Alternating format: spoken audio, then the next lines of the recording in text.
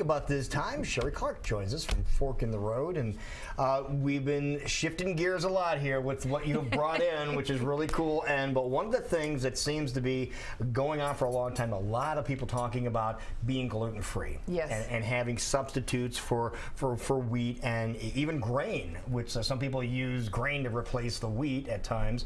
But it sounds like you found something that you can replace wheat and grain with that you might not believe, and we're talking a lot of things, right? Well, and not just wheat and grain, but also a lot of people are on low-carb diets, and so they don't want starches, they don't eat potatoes and those kinds of things. So what I brought today is like the stand-in of all stand-ins, and the stand-in is cauliflower.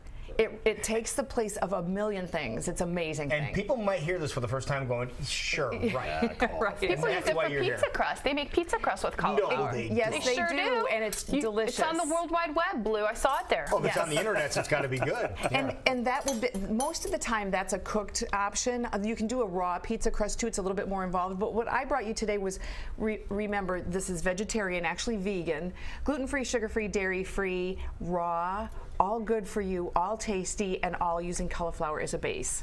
So everything we're going to consume is cauliflower. Yeah, exactly. Right. Except for the portobello mushroom, which I put on there as a garnish because I thought it would be a nice little touch. So okay, that looks nice. Everything else is there. Okay. So this is cauliflower. Did you put it in the blender, or did you food processor? I used the food processor. Now, what I wanted to do was share with you that what that becomes is we do a technique called ricing, which is just a fancy way of saying shred it up. Shred it. Okay. So this is what cauliflower looks like when it is just by itself. You just put it through the food processor. This is before you dry it or after you dry it? This is that's not actually dried. This is not dried. I haven't tried it yet. Okay. This is just fresh cauliflower that I took through the food processor. You can use the shredding blade or you could use the S blade. Either one will work. In this case, I use the shredding blade because it's easier to clean, and I was just using it. So I shredded it.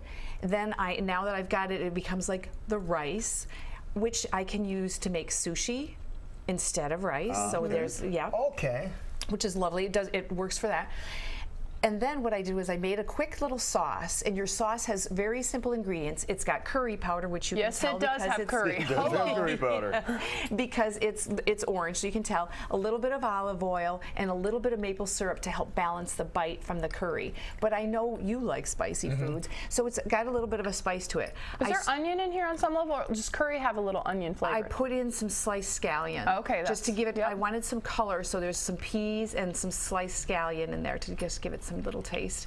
It's very flavorful. The thing to remember is something like rice is really a carrier for other flavors. I mean, a bowl of rice by itself, without butter, without salt, is really quite bland. So we use it as a base. It's the base for our Chinese food and what have you. No, this reminds me of, no offense here, but ramen.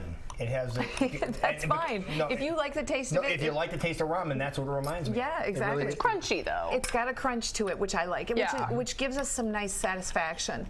The other thing that you can do with it, if you choose that, if rice isn't your thing and you want to do mashed potatoes, or we call them no-potatoes, all you would do is you'd use the same technique. You'd add a little bit of oil, and then what I do is I add some macadamia nuts into the mix. The macadamias get pureed, it gives it some extra body, and it ends up being quite fluffy and beautiful. So I'll make that for you another time. Right. Yeah, it's really good. The cauliflower steak, is that balsamic vinegar there's on there? No, actually, there's no balsamic. There's some soy sauce. Okay. And olive oil once again, and then some agave to give it a sweet balance. This is one of the first things you ever made us on the show. Yes. And I remember liking it a lot. Did you bake it? Did you put it on your stovetop? How did you prepare it? She doesn't bake anything. I don't cook. She doesn't bake anything. I put it in the dehydrator. And here's the fun thing. All of this was a very simple meal to put together, but it looks beautiful, and it looks like I went to a lot of trouble. Last night I marinated the ingredients. I marinated the cauliflower steaks. I made up the sauce that goes onto the couscous kind of a consistency, right? That's another good comparison, Yes.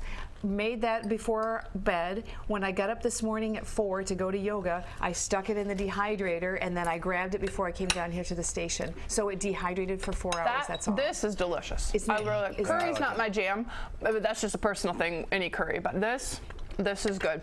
Okay, so why don't you don't use an oven or skillet ever, or crock pot? I don't. Is that just a personal thing, or is it nutrition, or? It's a way of eating. I'm a vegan, and most people understand that. I'm also a raw foodist. All And right. raw people don't eat raw people. Don't eat, Soylent Green is people. don't cook food to more than 105 degrees in order to preserve the nutrients, vitamins, I didn't know that was the enzymes. cutoff, 105? I didn't realize That's that. my cutoff. Some people go up to 115. I'm conservative. I go up to about 145 on the grill. I mean, that's about it. You yeah. might go to 2 something on the grill. But I also brought along a resource because I know that sometimes when we talk about vegetables, and viewers will contact me after the show and they'll ask me some questions, and I know that they're kind of like embarrassed about it, which they shouldn't be, because we all have to learn at some point. I have this book that I found, the Fresh Produce Guide, which I really, really like. And anything like this that you can have on your shelf that becomes a resource. This one I marked the page for cauliflower because that's what we are talking about today. And what it does, and I don't know how close we're able to get on it, but it gives the nutritional value of the cauliflower, of the. Oh, I like the pages. The pages have a coating on them too. Yes, they do. It's So not that gonna get soggy. when your marinade gets on there, it's Yeah. all good. And it tells nutritional value. It tells a little bit about it, maybe where it's from, and it gives you some tips. Like it'll tell you what things pair nicely with it. And I really like that because I really think it's important for people to feel a level of confidence. There was really the degree of difficulty in this dish, in this entire presentation, was really, really low. Yeah, but it looks really. It is pretty on the plate too, yeah. It is good. But this is. I'm just amazed at this. This is cauliflower run through your processor. Yep.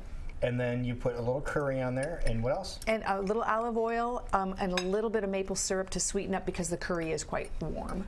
That But is you really good. can also find curries that are milder. I like a spicy hot curry. That is really good. And if for more information on how to do all this, I would go to guess that it's on your website. You cleaned your plate, It's Jason. definitely I'm in on the my Clean Plate website. Club. Awesome, yay. Go to www.fork-road.com. Also drop me an email if you'd like. A lot of people do that after the show, ask for the recipes specifically or ask individual questions, and I'm happy to answer those. All right, so when are we going to have the show back on? We're working on that, working Okay. hard. All right, looking forward to it. Well, thank you for all this. This is really good. This is honestly, folks, seriously, this is